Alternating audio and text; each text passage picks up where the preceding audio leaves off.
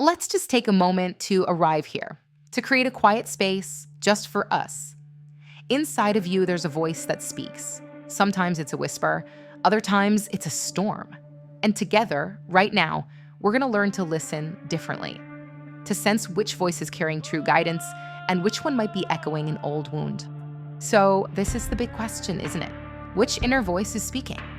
And look, this isn't about silencing any part of yourself. Oh no, it's about understanding the language of your own inner world with a real gentle curiosity. This is an invitation to feel your way through, not just to think. You can think of it like this. Within you live two primary messengers, a soul guard and the survival guard.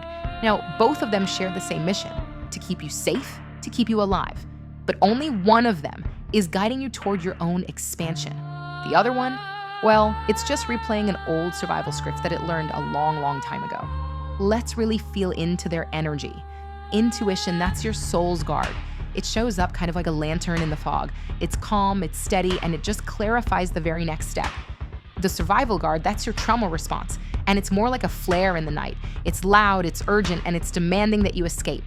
Both are protectors, for sure. They're just speaking in vastly different tones. So, how do we actually listen? How do we tell the difference? Well, we turn inward. For just a moment, forget about all the thoughts swirling around and just come home to your body. Because in this quiet, physical space, your body is the compass. You know, science actually has a name for this ancient wisdom now. It's called interoception. It's really just the awareness of your inner bodily signals, your heartbeat, your breath, that feeling in your gut. Research confirms that these sensations are deeply, deeply tied to how we make decisions. So tuning into your body literally refines your inner compass. Okay, so now let's talk about reading the signs. There are 5 keys, we could say, to knowing which messenger is speaking to you. And think of these not as rules, but more like gentle inquiries. The first sign is its felt quality. So go ahead, place a hand on your heart and a hand on your belly. Just breathe. Intuition often feels calm, settled, maybe even warm. It's a knowing that doesn't shove. A trauma response, though, that feels hot, urgent, jagged. You know the feeling. A tight chest, a hollow stomach, a breath that gets caught. The tone of the feeling is your first big clue.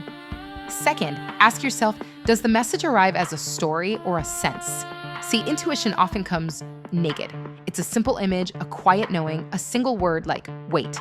A trauma response, on the other hand, arrives wrapped in drama. It replays old scenes and directs these worst-case scenario movies in your mind. If you're spinning a film, you're probably in trauma's theater. And you can ask yourself this quiet question, when else have I felt this? If that same alarm bell has sounded across different partners, different jobs, different opportunities, it's a pattern. It's old wiring. Intuition is almost always specific to the present moment. It's a clear signal for right here, right now. Notice the language it uses. Intuition. Points. It gives a small, clear next step. Turn left. Call them. Wait. Simple. The survival guard. Alarms. It speaks in these sweeping absolutes. You'll never succeed. Everyone always leaves. If the message doesn't have a small, actionable step, it's likely not true guidance.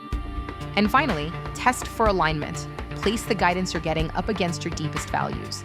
Intuition is always nudging you toward integrity, toward the long-term care of your soul.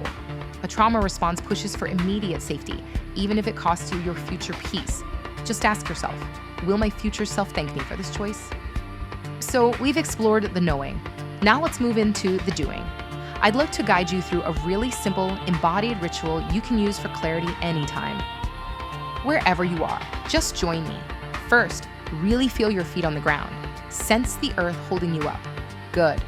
Now place one hand back on your heart, the other on your belly. Take a slow breath in. And on the exhale, consciously soften your body. Now, in this quiet, ask your question and just listen, not for the story, for the felt response in your body. Is it a yes, a no, or is it an old fear? You know, this simple practice has a real scientific basis. Your nervous system is constantly scanning for cues of safety and danger. There's a name for it, neuroception. And when it mistakes safety for danger, it sends out those loud alarms we talked about. Grounding and breathing like we just did signals safety to your nervous system, calming it down enough for that quiet voice of intuition to finally be heard. As we begin to close our time together, I want to offer you a final piece of wisdom, a kind of blessing for your own practice of deep listening. You can whisper the messenger, and I choose how to respond. Breathe that in. This honors every single signal, whether it's from the soul guard or the survival guard, as part of your protection story. You see, you can honor the intention without giving it control. You always have a choice. And please hear this with great care.